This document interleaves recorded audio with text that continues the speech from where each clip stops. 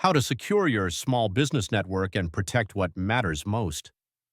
First up, assess your network, make a list of all connected devices and sensitive data, take a good look at your current security measures too.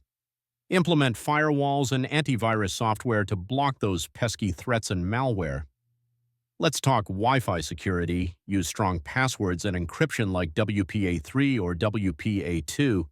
And don't forget to set up a separate guest network for visitors. Strong passwords are a must. Enable multi-factor authentication for all critical accounts. Keeping your software and firmware updated is key to patching vulnerabilities. Make sure to back up important data both on-site and in the cloud for a quick recovery. Train your employees on cybersecurity best practices and phishing awareness. Following these steps will help keep your small business safe from cyber attacks. If you found this helpful, don't forget to like and subscribe.